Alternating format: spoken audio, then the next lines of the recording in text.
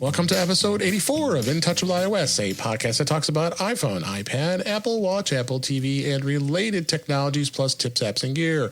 I'm your host, Dave Ginsburg, and my co-host is back, Warren Sklar. How you doing, Warren? I am back. I'm doing good. I don't know why I keep saying you're back. You're here every week, so well, I mean, most of the time. So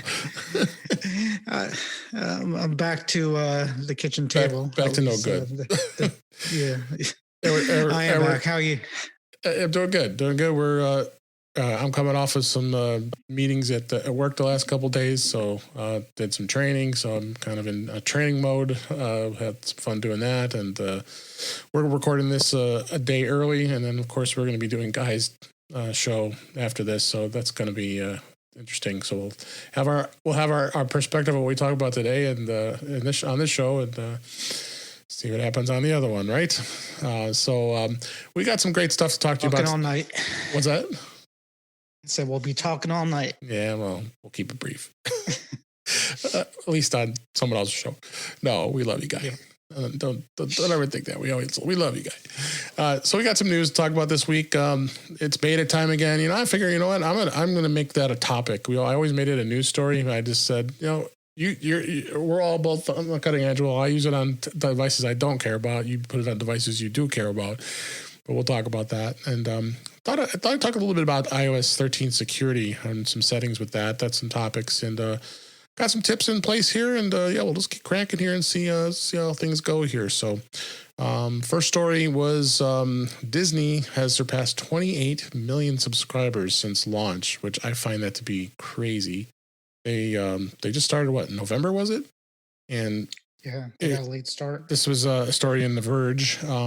And they're also saying Hulu and ESPN Plus are seeing impressive subscriber increases too. I wonder why, because they bundled it. They're bundled. I have it. It's $12.99 a month. You get the bundle between Disney Plus, Hulu, and ESPN Plus all in one package there. But I think it helps that Disney has The Mandalorian, which of course I'm sure you read it too. That's season 2 is coming out very soon, like October. Yeah. Was it October? So we got October. So we've got a lot of time until that comes out. So, so that's towards the end there. But I think they're very happy with what happened with Disney Plus, and it's the growth is increasing. Obviously, Apple hasn't said anything with the TV Plus what their numbers are, because I think a good majority of them are free, right?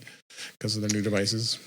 Yeah, but even Disney Plus, I think if you're Verizon's on board with them. That's true. If you're a Verizon wireless customer, you could get some version of Disney Plus, and new Fire subscribers could get Disney Plus. And then I called them up once to yell at them and say I was going to disconnect and say, "Where's my Disney Plus?" And they're like, "Well, we don't have it for existing customers, but that may change." But that was months ago. So bite me. But that's what you tell them. Yeah, pretty much. And then the difference with them obviously is with Verizon, you get the Disney Plus, I think indefinitely, as long as you have the service from Verizon. It's awesome. So they don't have the same issue that Apple's, well, I don't know, issue or not, but Apple, obviously they only give you a year. So yeah, we'll see where that goes. And then they have the Mandalorian, which I think a lot of people who subscribe, I don't know if they're going to cancel and then rejoin back up in October. I bet a lot of people are doing that. But yeah, they have to be happy. They have money. I was down in Florida last week. I was at the Pro Bowl. That's right. Yeah. And Disney just has so much money. They're like, oh yeah, it's insane. Think about what they got, and they just keep getting more and more. We went to the Universal Studios, it's a weird setup, by the way, because they have Marvel. So Universal Studios has the Marvel characters for the ride. They have a Hulk ride and things like that, Spider-Man. But now that Disney bought Marvel, or at least they're showing Marvel on Disney Plus, I think their Universal's going to lose that. So that's going to be interesting to see what they do with the park.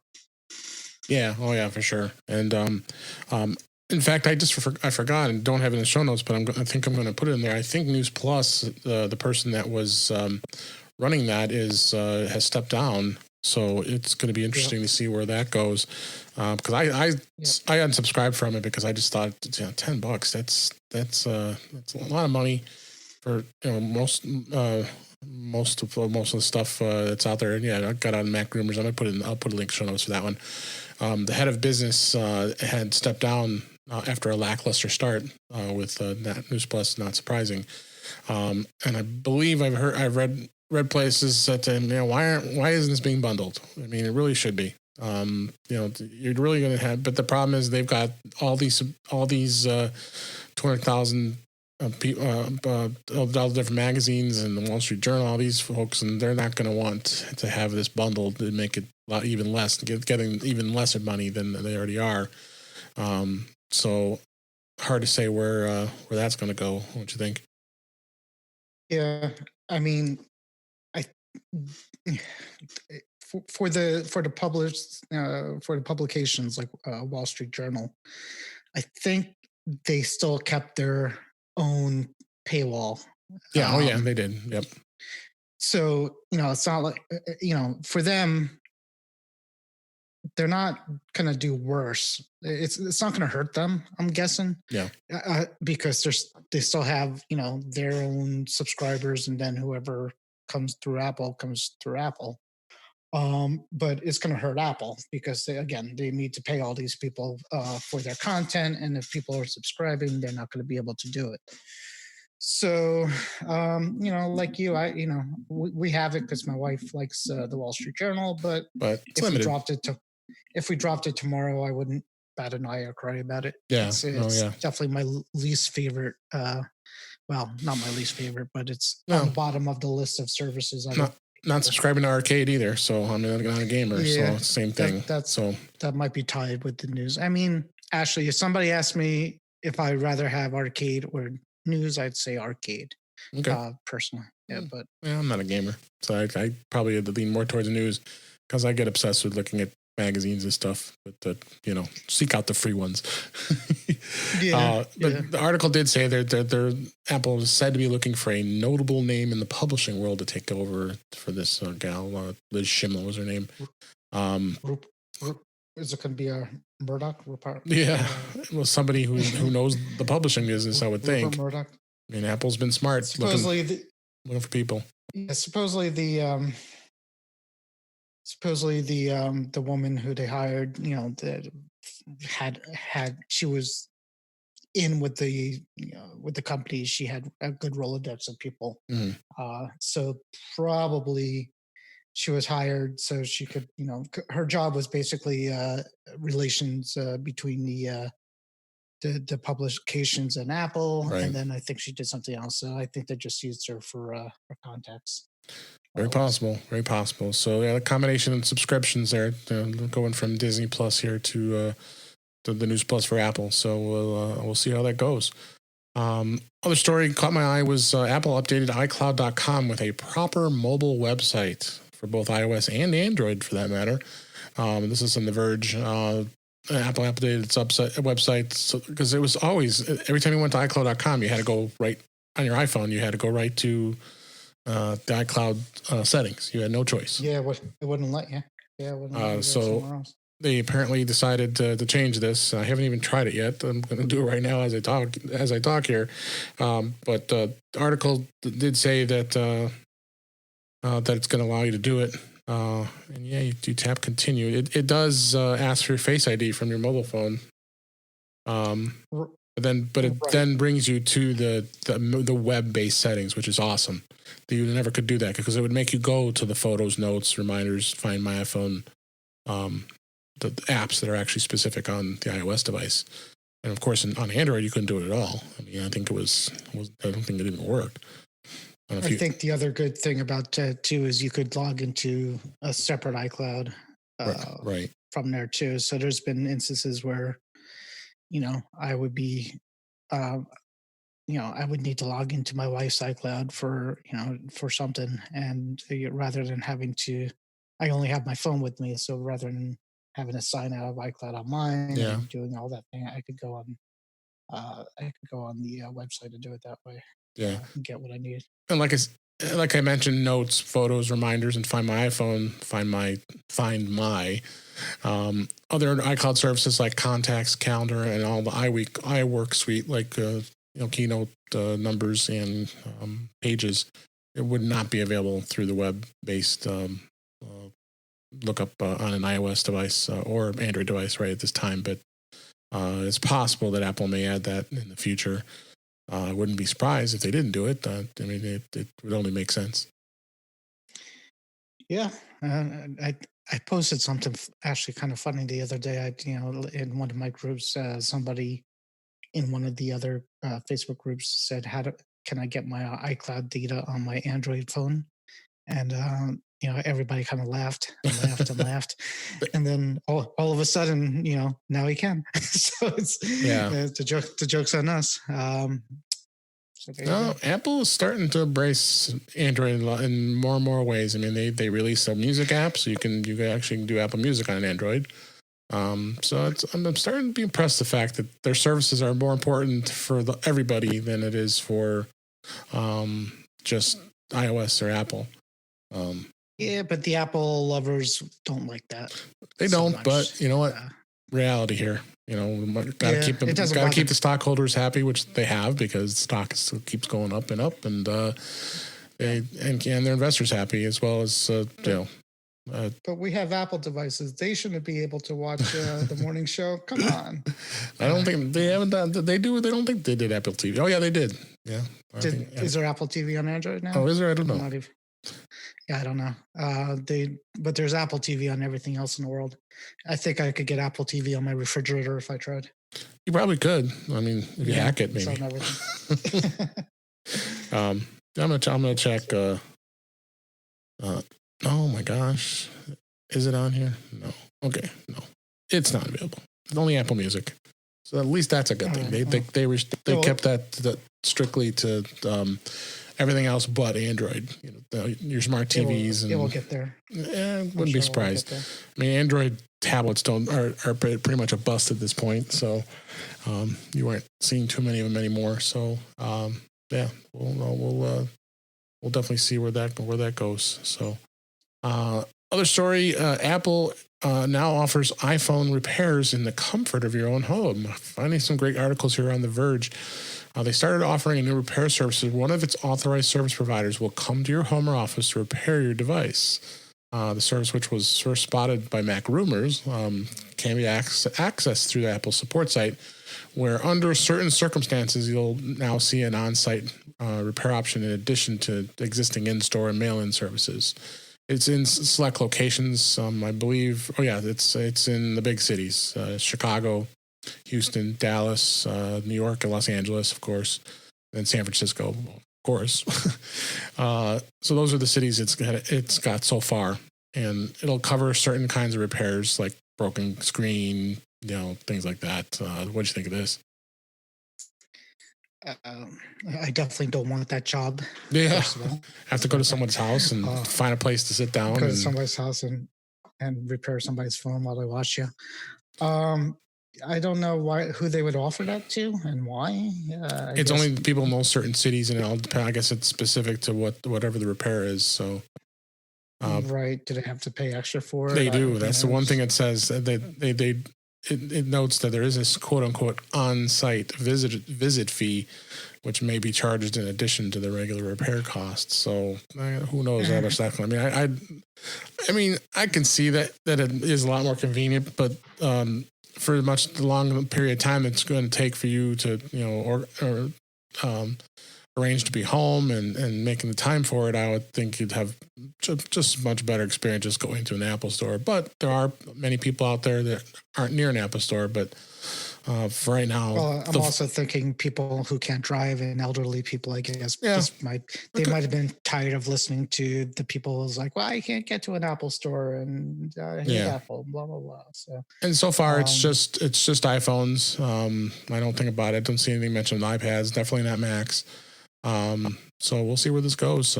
Should be interesting to see what happens. And I thought that was Interesting story. Yeah, definitely. Last one I found was on Mac Rumors. This is Apple has now added universal purchases to iOS, tvOS, and macOS in Xcode 11.4, which is the latest beta, which we'll be talking about in just a minute. And it'll allow developers who make a Mac app and an iOS app to sell them in a single bundle, which you weren't able to do before. Just like have been some app developers who like to single out iOS apps too, iPad or iPhone. It looks like now you're going to be able to universalize it across all the versions, so all four: iOS, iPad, Mac, and tvOS. What do you think of this? Yeah, I saw that. I mean, there's not. While you're talking, I'm thinking of how many apps really with cross devices that I would pay for on both. I mean, the way it's been is you pay for it on one, and then there's download a companion app for the other or something like that. But it's either going to be good or bad. Either it's going to make things more expensive or cheaper for the same things that we had before, or they'll be able to break things up, or even there'll be more opportunity to make apps that work on both devices well, which would be really a good thing. Yeah. And if that's maybe a way to get the iPad a little more friendly for things you need to do that you could only do on the Mac, that might be a good thing too. So we'll see what it does to pricing. I don't, if the developers get greedy about it, then it's going to be a bad thing. But if they do it right, it should be good. Yeah, no, it should definitely be interesting to see where that goes. But speaking of beta, your beta's back. Yeah, you were going through withdrawal, weren't you? Was it a whole week? Was it a week, or was it a week or two? No, it was 1 week. I think it was 8 days. That's what they said. It was. I know you were going through some major withdrawal. I just have this feeling. Well, things were working perfectly, and I, even though everything was working perfectly, I felt empty inside. That this is something supposed to happen. So you've already loaded them up. It came out today, right? As we record this. Yeah, I've got it on. Everything's locked and loaded, ready to go, right? They released betas on all devices. Catalina. I'm looking in my developer account right now, and the Apple Watch and the Apple TV. So we got some discussion here. Yeah, I had a weird issue. So I updated my phone, no problem, and then I updated my Macs, no problem.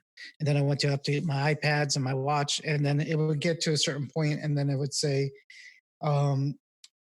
this will resume when you get an internet connection, and nothing changed. My internet was fine. So, I thought maybe Apple panicked and, pulled the beta and didn't want anybody putting it on there, but it came back. So, nothing. I'm looking through the new features. I mean, I have a link to 9to5Mac, who is just on top of things, getting that information. They get it a lot quicker than I would, so I'm going to give them credit for that.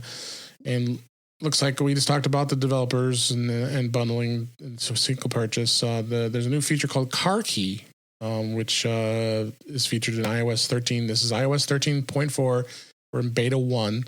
I don't know. Did it get released out to the public yet? I don't know if it's it usually comes a couple days later. A couple days later. So, which is going to bring support for unlocking, driving, and sharing NFC car keys. I mean, this is all public knowledge anyway. We're not hiding anything here. So, it's on Mac Rumors. Yeah, it's all over the place. So it's not like you can't go find this. We can talk about it, even though we're both beta testers. The update also brought support to iCloud Drive folder sharing. Wow, that's going to be that's big. It took me a while to figure out how to do it, but just so everybody knows how it's going to be, you go into the Files app, you find a folder, but it can't be one of the system folders. It has to be as a normal folder. And if you hold it down, put your finger and hold down and say share, one of the things will say add people or something like that, people sharing, and you click on that. That's how you share that folder. Um, I haven't tried it yet to actually share it because I don't have anybody to share things Well, you with. might have But me because I have this. Oh, it's still downloading. It was waiting for. I thought it had started installing it. I won't be able to do it while we're recording this because my so iPad wait, is installing. We could try it. we could drop Google. We're going to drop Google Docs next week then, right? Yeah, we might have to. Yeah, we might do that. We can. I think we should try it. We'll try it out and do a page document, right? Yeah. Well, I think whatever you could put a text file in there. You could put whatever file you want in there. Yeah, so. for formatting, it's easier because of putting up in the show notes. So cool. Well, so that's cool. I didn't realize my test iPad, not my primary iPad. Just make sure everybody knows that. That is, it's installing right now. So that's definitely gonna be something I think is gonna be interesting to see where that goes. This car key thing is gonna be interesting because the NFC car keys, that means it'll bring support for unlocking, driving, and sharing your NFC car keys. I'd be curious to see how that all works. Yeah. I guess you'll need a car that does that, but yeah. That's the thing. Yeah, you have to have. Yeah, I'm wondering if they're going to be able to tap into Tesla because I know Tesla doesn't directly support iOS stuff. Right. But because it's NFC, it's standard, so it'll be interesting to see where that goes. It's got support for all new call controls and third-party navigation and CarPlay, which should be interesting. Saw that. Yeah. There's new keyboard shortcuts that are available in the Photos and iPadOS, which allows you to quickly navigate between tabs, and search and create albums while full screen mode. But you can also delete, duplicate, and edit in edit mode using a keyboard. I did see that they added some of the icons back into Mail. I don't know if that was mentioned here. They did this so right after I installed the beta, right after I installed it and went into Mail, I went to delete something and I flagged it, and because they rearranged them, so it's horrible. My muscle memory is just goes to the same place. So every time I get a spam email, I hit flag. So right now, I think next week I have a date with the Nigerian prince. On Wednesday, I have to flag all those spam emails, right? Yeah, I have to follow up with some sexual enhancement pills on Wednesday. No, it's bad. It's like they moved the flag button right where the delete button is, and it's on the left. So just looking on it, it's on the left, very left is delete. Then you got a folder icon, which I kind of like because you always had to hit the arrow before to move it to a folder. The flag, which I would never use because I don't do that, and then the arrow that gives you more functions. Yeah. What I would love to see is a way to change the bottom row. Yeah, be able to customize the way you want it. Yeah, I mean, why can't I do that? Move it back. I would get rid of the flag and put something else there.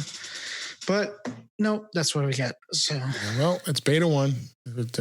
Don't worry. There's going to be a lot more going. You'll get to rip apart the next version of the beta. Well, believe me, when they roll this out, people are going to be. Oh, I bet it's going to change next beta. It's horrible. Yeah, it's horrible. And also mentioned. There's as I said, there's an article, the bad design. They're saying that it fixes the bad design, so we'll see where that goes.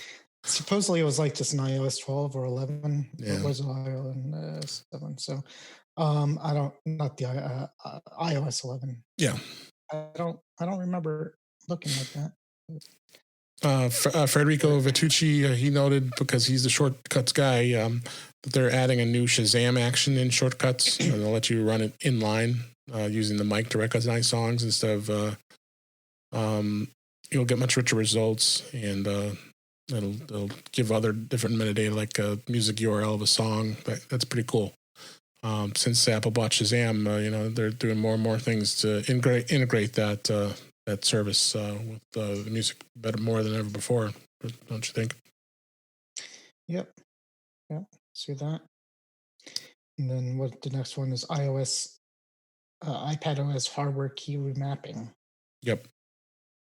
trying to figure out what that even means. Remapping hardware keys on the key. Oh, okay. So if you have a physical Bluetooth or Apple keyboard, you could actually map the keys to be different things, which is kind of neat. Yep, and then on the Apple Watch, they are going to be bringing in-app purchases to the Apple Watch, and watchOS 6.2 will be the next version. That's in beta right now. I'm assuming you haven't done your watch yet. No, I have. Oh, you didn't? Man, you don't waste any time. No, it's all fat. I do it all in one swoop. You just like swoop in, and you got Catalina beta, you got the iOS, iPadOS. Did you go to tvOS yet? No, it does it on some, I think. But yeah, for like 1 hour every week, there's a period where nobody could possibly reach me on any of my devices because they're all in the middle of doing an update. So it's like I'm off the grid for an hour while everything's updating.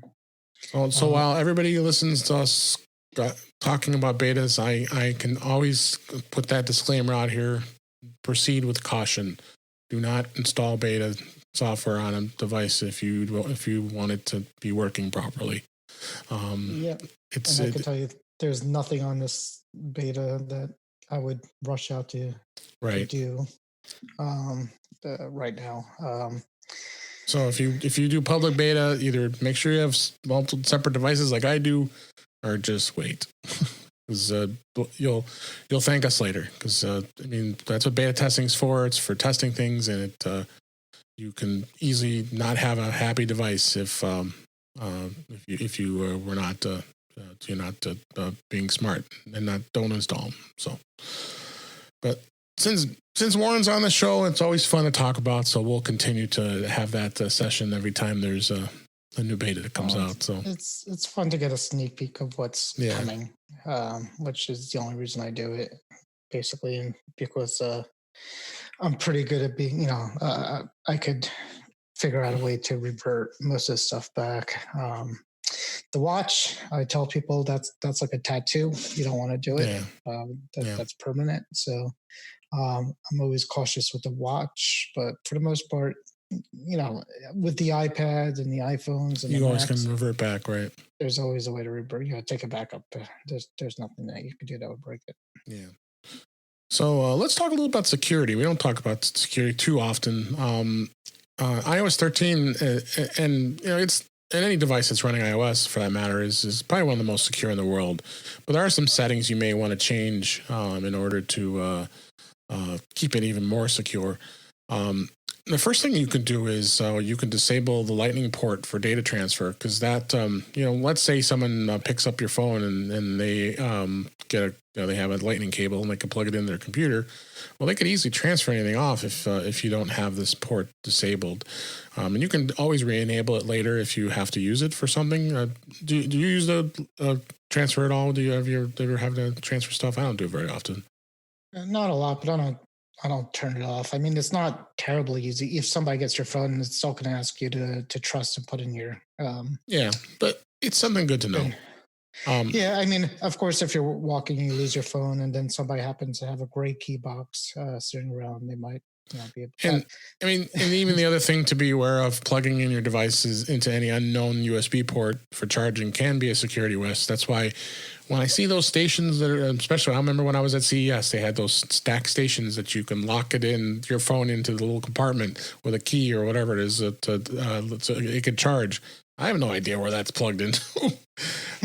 You got to be very leery of any. If you don't know who the person is or where it's being plugged into, don't plug it in. I know everybody's desperate to get their phone charged, but you know what?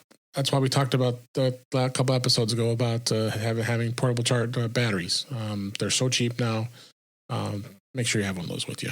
So don't plug into an unknown port. But this was a public service announcement. It is a public service announcement. Yes. In touch with iOS. Don't plug into unknown places. Yeah. Don't do it. When you want to disable the access to the Lightning port for data transfer, these are the steps you have to perform. So what you do is go into the settings app, and then you navigate to Face ID, Touch ID, and passcode. Then you enter your passcode. Hopefully all of you have a passcode, which I'll talk about in a minute. There is an option in the Face ID and passcode at the towards the bottom, it says USB accessories. You just tick that toggle and it turns off. And now the phone is locked from ever being connected. And you can always go back later if you have to. If you're one that likes to do backups on your Mac or your PC, using either iTunes or even using an app like iMazing to do backups. So some people like to do the backups and just don't like to use iCloud. But you and I both use iCloud, and I think it just works. Other thing to keeping your devices secure is a passcode. Now, I use the 6-digit passcode. I mean, I like just numbers. And if you do 6 digits, it usually is pretty secure. Do you do 6 or 4 or letters? I do 4. I'm bad. I'm very bad. Don't do. What is the saying? Don't do as I say, not what I do. Yeah. I think so do that one. I mean, if you're using a 4-digit passcode, you should convert to 6 digits. It's not that hard. I added 2 digits to the code I had always been using before. I understand. I mean, there's some people that use consecutive numbers, and it warns you, don't do that. It's anybody's going to be able to figure that out, but some people, they like to have the easy way of getting into their phones, but you'll be sorry. Yeah. What it is some people who not share, but some, the kids' phones, you don't want them to have a crazy password. And then my wife and I both know each other's passwords if we need it. Right. Exactly. And you don't want to make it too complicated. So, but I guess a tip would be if you have a phone that you need to, check here and there, you could put an alternate thumbprint or Face ID print in there if you want to do that. Yeah. It's probably a lot more secure than. So how to do that? You want to go into the same place we just went into as I described by shutting the port off. Is opening the settings app. You go into Face ID, Touch ID, and passcode. Put in your passcode. Those people with 4 digits, you're changing them to 6. Enter that existing passcode. Select passcode options. You can select the 6-digit or a custom numeric code and enter at least 6 digits in that passcode. And then you also have options to do a custom alphanumeric code if you wanted to do it that way. But that's a little more extra. I mean, ATMs, you use digit number of passcodes for your PIN. I just don't find it that efficient to be doing alphanumeric, but you can do it if you want to, and you can do uppercase and lowercase. Special characters are the most secure option, but they're the most difficult to unlock. So that's just proceed that way, and when you decide, because when you come to that menu, it's going to give you the 3 options: custom and alphanumeric, custom numeric, or the 4-digit. The custom numeric would give you the 6 digits. So put your 6 digits in, and it'll ask you to enter it in a second time, and then boom, you're set. But of course, you're using Face ID on your newer model iPhones, the 10 and higher. Why not just use Face ID? Well, you have to have a passcode as well. So it's kind of both ways. Because if you don't know if the Face ID for some reason stops working or doesn't work properly, you can always go back to the passcode and enter it, right? Yep. And with those passwords, just fun fact, they were talking about the gray key before the. Yep. What did they say? If you had a 4-digit passcode, the gray key could crack that in like 5 minutes. If you had a 6-digit, it was like a couple of hours, and then if you had the alphanumeric, it was like a few days. So you could just see how. Right. The level of difficulty to get into a certain type of password is, but then again, you don't want to make it crazy where you forget it. Kind of remember it, and don't write it down on Post-it notes. Oh gosh, no! Just try to remember it. So many people write down their sticky notes on their desks. Yeah, when I go to fix people's computers and ask them a password, they pull out their address book, and I'm like, their address book or their password protected Excel spreadsheet. Yeah. Or no password at all on the spreadsheet. Oh, let me pull this up.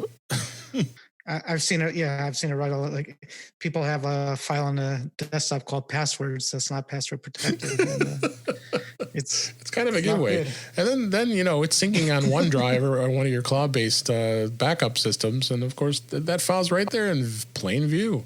I mean, obviously only you can see it in most cases, but if someone were to get in there, they could easily grab all that. So don't do that, please. You probably want to make it a little bit more difficult for somebody to. That's why we use programs like 1Password, and they call it 1Password for some reason, because you only have to remember 1Password.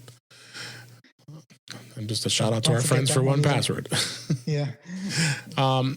Another thing that I wanted to mention about security is iMessages. Now, iMessages are all encrypted, so when they're stored on devices and on iCloud, they are encrypted and they can't be cracked in any way. But there is some added piece of security if you wanted to. Some additional security and privacy. You may want to have older conversations, because if you have any incriminating conversations, you don't want them to ever show back up again. Might not be a bad idea to set it to delete them at a certain time. You don't have to do this, but I think this is a good idea. So the way you do to set up the auto removal on the older messages, you follow these steps. You go in and you open up the settings app, and then you navigate to messages. And then there's a choice to keep messages. And you have three choices. It's 30 days, 1 year, or forever. So if you want to keep the messages only for a certain period of time, for like a year, then you could do that. I mean, that might be a good thing. If you keep them forever, remember, everything is there until you delete it. So as far as iMessages. And I know people are notorious for having thousands and thousands of iMessages in their iPhones, and that takes up lots of space too. Think about it that way too. Yeah, you could actually see how much room those are taking if you go into settings, general usage, right? General iPhone settings, general iPhone storage, and then it will actually one of the list in the bottom will be messages, and it will show you how much space it's taking, and it will tell you what attachments are probably taking the most amount of those. So clean those up if you need to. Yes, you do. An added bonus, not a security thing, but more of a maintenance thing, is clear out all those messages. You have too many of them. Well, the GIFs. All the GIFs and the stickers and all that. Stickers and the and then here's another security tip is audit privacy settings for apps. Now, a lot of apps want to have access to things like, and remember I mentioned previously that why does Dunkin' Donuts need access to my Bluetooth? I mean, I never understood why that was. Might be for some reason, but I don't want them to have access to my Bluetooth. Would you? I use the app and I try to, I think I pay for it with the app, but it's just a barcode, so I don't. Yeah, I don't understand. It's just a barcode. You go to the drive-thru, you show it just like at Starbucks. Here's my payment, and then you're done. As long as I get my coffee, I mean, I would turn on even more services if it got me coffee. I mean, I would. If you give me free coffee, I was like, oh yeah, we're doing it because we're going to give you some free coffee. Oh, okay. Sure. Maybe I might consider it. Turn on Bluetooth, Wi-Fi, whatever. So whatever they want. So where you got to go is you got to go into the settings again. Here we're in settings. You click the privacy tab there, to choice, and then disable apps, and then they're the categories that you no longer want people to have access to for a particular iOS service would be including contacts, Bluetooth, microphone, speech recognition, camera, health, file and folders, and location services. So if you have a lot of apps like I do, you're going to have a large laundry list of apps to be ticking the slider to shut it off. So I would definitely would go through and do that if you want. So also two more things I'll mention. If you don't like Face ID or Touch ID, depending on the phone you have, and you can disable the biometrics. It does require a passcode, and there's a couple steps here you have to do in order to do that. To disable the biometrics, you put in the required passcodes, and then you unlock your device, and you press and hold the volume up or down button along with the sleep and wake button. When the power off button displays, press the power button again. Then it will ask you to enter your passcode to unlock it, and if when you do that, you also can re-enable that same step. I would leave it alone. I mean, Touch ID and Face ID, I think, are very, very helpful. And what they say with Face ID is like 1 million. It would take months, if not years, to crack Face ID. Wasn't that what they said? And they said that when they first switched to it, yeah. They were touting it because people were crying over the Touch ID going away. But yeah, I mean, you hear, was it like 1 or 2 stories where people who kind of look alike could do it, but for the most part, it's pretty good. Yeah, I don't think anybody's getting into that. Nope. So, all right.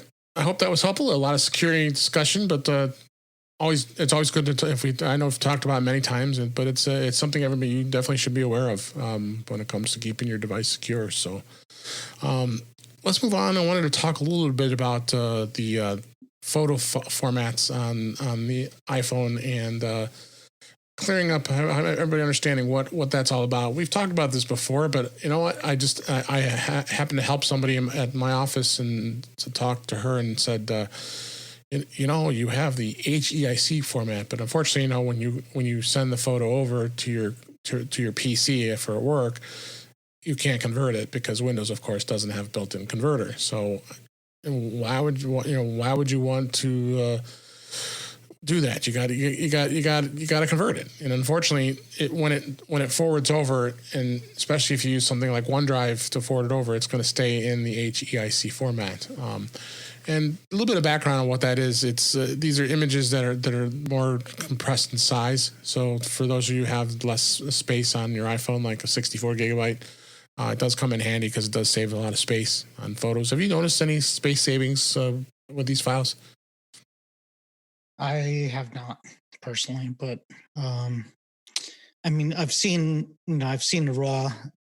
I've opened the raw file, and they look the same to me. I can't tell visually that they're better or not, but I haven't noticed anything. But then again, it would have been a couple of generations of phones ago, right? Where that they converted over to that. So yes, you would have had to ask me 2 years ago, man. I don't remember.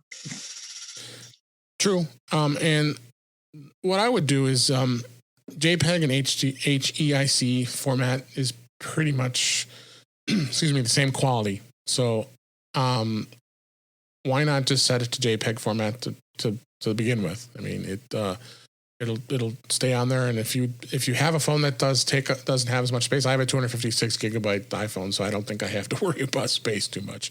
But a lot of you might be space challenged as far as that goes, stored locally on your phone. So do this with caution, understanding that it's going to probably increase the space on your camera, on your iPhone. And the way to do this is you go into settings and then you look for cameras. Then you scroll down camera, not cameras. There's only one camera. Well, there actually is 3. Depending on the iPhone you have. So go into settings, then the camera, and then scroll down in that menu all the way down towards the middle there. There's going to be a selection called formats. Once you select formats, change it from high efficiency, which is where the HEIC files were, to most compatible. And then once you set it to that means every time you take a picture, and it's going to be in the JPEG format instead. And then it's always compatible, and you don't have to worry about it. Sooner or later, I would think Microsoft, in their infinite wisdom, they might add a built-in converter. You would hope at some point. I think they do. I think Windows 10. But you have to. It's third party, and I think you have to go to the Windows Store in order to get it. I don't know if it was an actual, unless it's on my.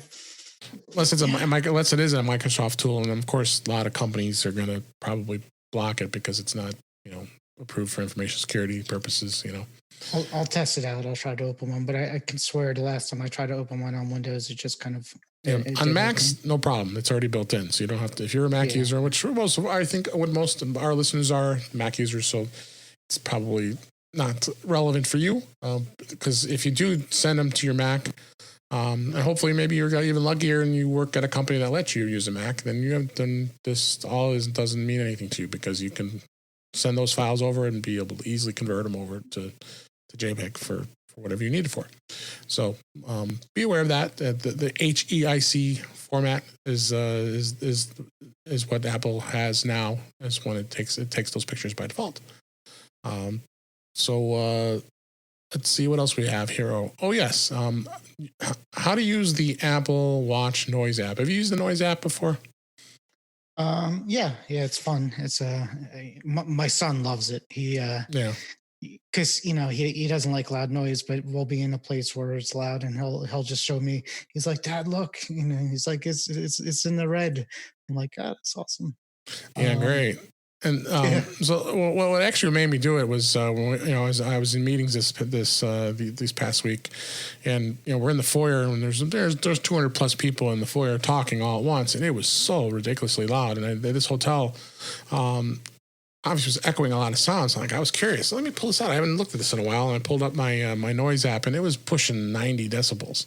And that's for just talk, people talking. And it just was crazy. You could barely hear yourself, and really crazy. Listen closely when people were having conversations with you because there's so many people talking all at once. So we were at the Pro Bowl, and it was the same way. It was crazy. Yeah, it's fun. So, but it's a great app to have on the Apple Watch. I mean, I think it started with the Series 3 or Series 4. Well, is it any? It's any, or it has to be the 4, right? Because I think it's a 4. I think the 3 doesn't have the sensor. I don't remember, but I'm looking into it. Let's see. But that's another good tip to utilize the Apple Watch Noise app. I think you guys would be really liking that. It's Series 4 or later. Is it? Yeah. Okay. Yeah.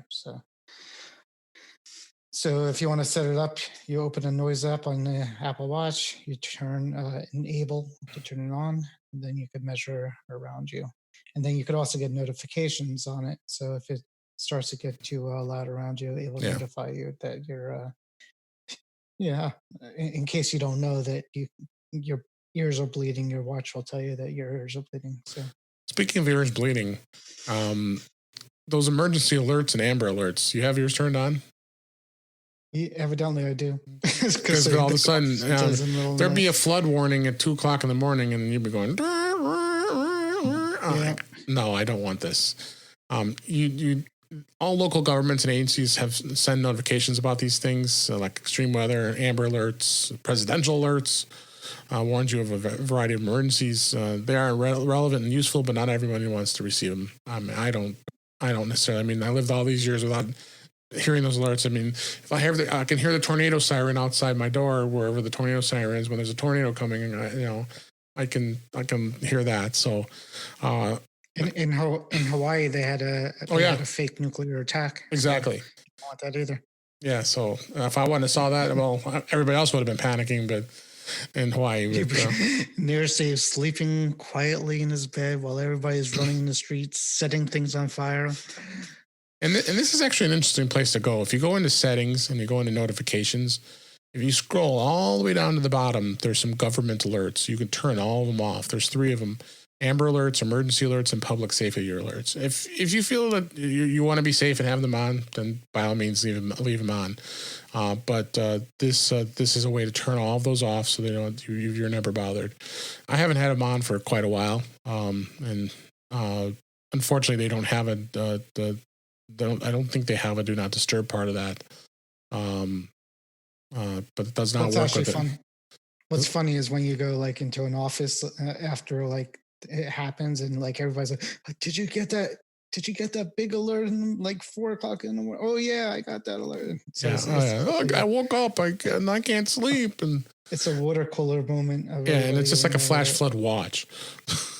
Yeah, exactly. I think those have calmed down. I used to get them a lot more, but yeah, it seems like it. I mean, obviously, it depends on where you live and as far as your area. If you're getting a lot of those types of notifications, I mean, you hear the sirens if there's a tornado or for a hurricane or any of those types of major events. So just sleep through it. It also is good when you're in this actual notifications section where I just mentioned. You can actually go in and control what apps tell you what. And if you don't want any more of those banners and sounds and badges and all that stuff popping up, you can turn all that off. And I do that for a lot of apps because it drives me crazy. Some of these apps that are just so aggressive and sending things all the time. I don't need to know about this. Leave me alone. Just turn it off. Yeah, I'm the same. I have OCD with the badges. I like to. You like the badges? I like to make sure. Well, I like them. I just don't like getting. My phone is in a normal condition would have no badges ever showing. Yeah, so that's my goal, not to have any badges showing. No, don't need those stinking badges. I don't want your badges. So there you go. So that was some of the tips. And anyway, we had some great tips in the show today, and a good thing about security. I really enjoyed it. I'll put you on the spot. I didn't have an app this week. Did you have an app that you had come across? Are we gonna? Yeah, my app of the week is the Iowa caucus app. I wasn't going to talk about that. That's the app of the week. That has to. It's just one of those days where you're happy that you don't do that stuff. You don't develop that stuff. Oh my gosh! You could just imagine that company just getting hammered with anger and laughter. I'm not even putting a link in the show notes to that app. I'll be honest with you. I'll be able to know we talked about it because that's how bad it is. I don't even know if the public has it or not. But whatever. Don't you test that like multiple times? I couldn't believe that. Maybe we need to talk about that. Maybe not. Let's not talk about it on Back to the Future Go. That's not my pick of the week. Then. Yeah, no, it's only here. No, we're fine here. We're not going there. There you go. So, cool. All right, let's go ahead and wrap things up here. That's a wrap for this week. Please send your comments, questions, and suggestions to our email address, feedback@intouchwithios.com. You can follow us on Twitter @InTouchWithIOS. You can subscribe in your favorite podcatcher, including Apple Podcasts, Google Podcasts, Stitcher Radio, Spotify, TuneIn Radio, and iHeartRadio. Or better yet, just go right to our website at InTouchWithIOS.com, where all links to all ways listen to us are there. I am Dave Ginsburg, and you can find me on Twitter @DaveG65. And Warren, thanks for being here again. Thank you. You can find me on Facebook and Twitter and In Touch with iOS. And you can find him on Facebook. That's his favorite place. Yeah, well, that's where I hang out. Appreciate you being here. Thanks for listening, and we'll talk again soon.